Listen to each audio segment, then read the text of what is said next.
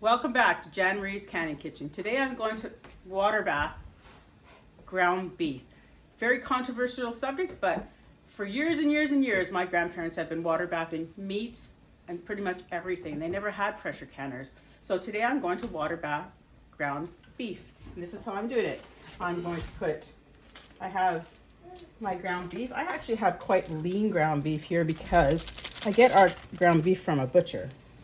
So it's actually quite lean. To the point sometimes we actually just about have to add a little bit of oil to it because it's so lean. But I'm going to just break this all up. I have about 2.5 pounds, 2 pounds here or so. But I'm actually making quite a bit. As you can see, I've already pre-cooked a bunch. So I'm gonna add this to that, but I'm just showing you what I've done, how I do it. And I'm just gonna break this all up. I got it cooking at about medium high or so. And I'm gonna cook this until it's kind of just a little bit pink, but not completely cooked, just a little bit. And then I'm gonna add it to my bunch of already done meat there that my husband was so awesome and willing to do for me, because it does take some time. So I'm just gonna cook this up and I'll be back in a couple seconds to show you how much I've kept the pink in it. Well, I'm back, and as you can see, there's a little bit of pink left in this meat, and it's just about ready to go into my other batch that my husband graciously did for me. And I'm going to pour this into there now. This is just straight ground beef. There's a little bit of fat, not a lot, because it, like I say, it's pretty lean ground beef, very lean ground beef. So now, as you can see, I got a lot of ground beef here. And prior to this, I've already washed all my jars with soap and water. They've all been sterilized. And I have my seals in the bath there in the water, ready to go. So everything has been sterilized. Everything is ready to go. So I'm going to start filling these up.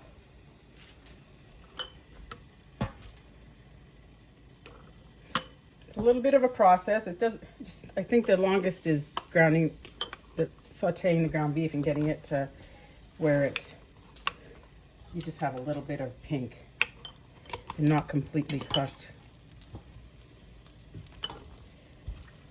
I have my amazing helper here named Raymond. He loves to do the camera for me for the most part.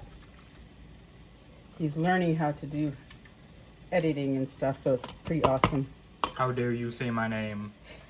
You're funny, Raymond. I'm editing this all out. Well, I'm back and I've filled all my jars. Now I'm going to wipe the rims because this is one of the most important parts. We don't want any grease or anything on here. I have 12 jars filled right now. I have more to do after, but I'm going to do these first. I'm just going to get all the residue that's been left on after filling these jars up. Because if there's grease on them, they won't seal. So they just have to be really wet really well. And I have my seal sitting here to put on.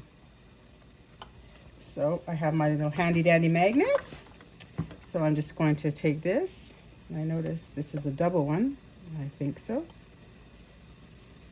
Yes, it is. So I'll just do that. They're all coming out double today. Not sure why. My hands are clean though. They've been washed many times. This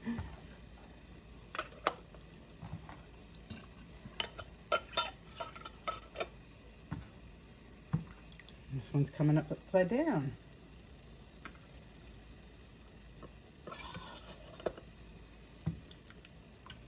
Another double. Like I said before, this is pretty controversial, but like I say, we've been doing it for a while and we've had no problems with it. My grandparents have done it. My mom water bath chicken, she water bathed everything. I'm just gonna do it a little bit tight, not real tight, just kind of just a little bit more than finger tight, not too much more than that. And get them all sealed up. And I'll take it out to my water bath and I'll show you how I do it. Okay. You can shut it off, right? Back to my outside here. It is actually snowing where we are right now. It's just starting to snow. My little thing came down, so I'm going to put that up. And I'm going to put these in my water bath. And I'm going to water bath them for 3 hours. Very, very important. It has to be done for 3 hours. And I also raw packed this, if you noticed. I didn't add anything to it but ground beef. Only ground beef. And I'm able to get, I think I can get 9 in here if I do it right. Oh, my hair is getting in the way. There we go. I did get 9 in. Perfect. So I'm going to stick this down, and they have to be completely covered. Completely covered. I might have to put a little weight on here because some of them are a little bit floaty.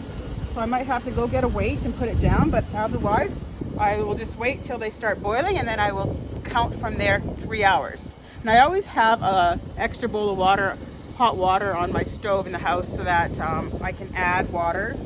I always check about every 20 minutes or so to make sure that they're still covered. And I will come back and show you the finished product.